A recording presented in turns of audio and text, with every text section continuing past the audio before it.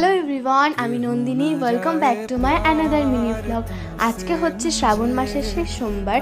সকালবেলা যেরকম পুজো করি, স্নান করে সেই পুজোটা সেরে এখন আমি রেডি হয়ে বেরিয়ে পড়েছি। মা, বাপি, ভাই, মানে আমরা ফুল ফ্যামিলি মিলে বেরিয়ে পড়েছি মামার বাড়ির উদ্দেশ্যে।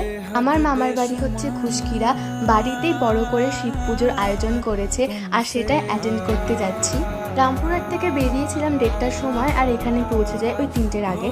যখন গিয়ে পৌঁছায় তখন স্বাভাবিকভাবে পুজো শেষ হয়ে গেছে, যজ্ঞ শুরু হয়েছে।